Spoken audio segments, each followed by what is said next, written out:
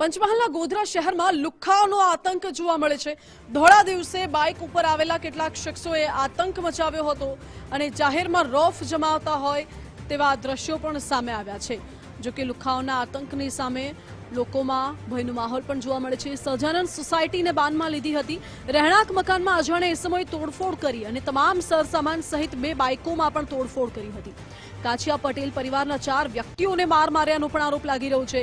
3 મહિલાઓ અને એક યુવકને ઈજા પહોંચી છે। હાલ તો ગોધરા સિવિલ હોસ્પિટલમાં ઈજાગ્રસ્તોને સારવાર અપાઈ રહી છે। અમે બધા મંદિરે હતા, અચાનક મારા સાસુના ઘરે 10 થી 15 વ્યક્તિ આવેલા લેડીઝ ને જેન્ટ્સ સાથે ઘરનું તાળું તોડી અંદર બધી તોડફોડ કરી। મંદિર, ટીવી, તિજોરી, બારીના કાચ બધું તોડી નાખ્યું છે। કોઈ કયા કારણે તોડી હજી અમારે કોઈ જાણ છે નહીં। અને છોકરાને માર્યા, છોકરીઓને મારી, મમ્મીને માર્યા, બધાને મારા સાસુને બધાને એ લોકોએ માર્યા છે। એટલું અમારે એને માટે પોલીસને કાર્યવાહી કરી છે। આગળ કાર્યવાહી કરી એમને કંઈક સજા કરે એવી આપણે કાર્યવાહી કરે તો સારું। તો વધુ વિગતો સાથે સંવાદદાતા નામદેવ પાટીલ જોડાઈ ગયા છે। નામદેવ, અહીં અસામાજિક તત્વોનો એવો આતંક છે કે જાહેરમાં મારામારી કરે છે, ધોળા દિવસે ઘરમાં ઘૂસીને તોડફોડ કરે છે। પોલીસ શું કરી રહી છે? જી, આજ રોજ ગોધરા શહેરમાં ધોળા દિવસે અસામાજિક તત્વોનો આતંક જે છે સામે આવ્યો છે।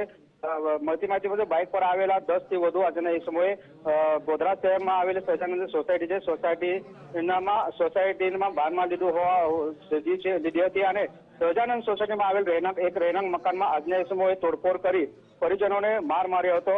જે પરિવારજનો છે તહેવારના દિવસે મંદિરમાં આરતી કરવા ગયા હતા અને અજાણ્યા ઇસમો ઘરમાં ઘૂસી તોડફોડ કર્યો હોવાનું એમને જાણ થતા તેઓ ઘરે દોડી આવ્યા હતા ને દોડી આવતા જે ઇસમો છે, અસામાજિક તત્વો છે, તેઓ દ્વારા તેમના ઉપર હુમલો કર્યો હતો। જેમાં હુમલામાં 4 વ્યક્તિઓને માર મારી ઈજા પહોંચી હતી। જેમાં 3 મહિલાઓ અને એક યુવકને ઈજા પહોંચતા તેઓને સારવાર માટે ગોધરા સિવિલ હોસ્પિટલ માટે ખસેડવામાં આવી હતી। હાલ જે અસામાજિક તત્વો દ્વારા આ પરિવાર પર જે હુમલો કર્યો છે, જે ઘરની તોડફોડ કરી છે, એ કયા કારણોસર કરવામાં આવી છે તેની હાલ તપાસ પોલીસ દ્વારા કરવામાં આવી રહી છે। જી જી નામદેવ, આભાર આપનો।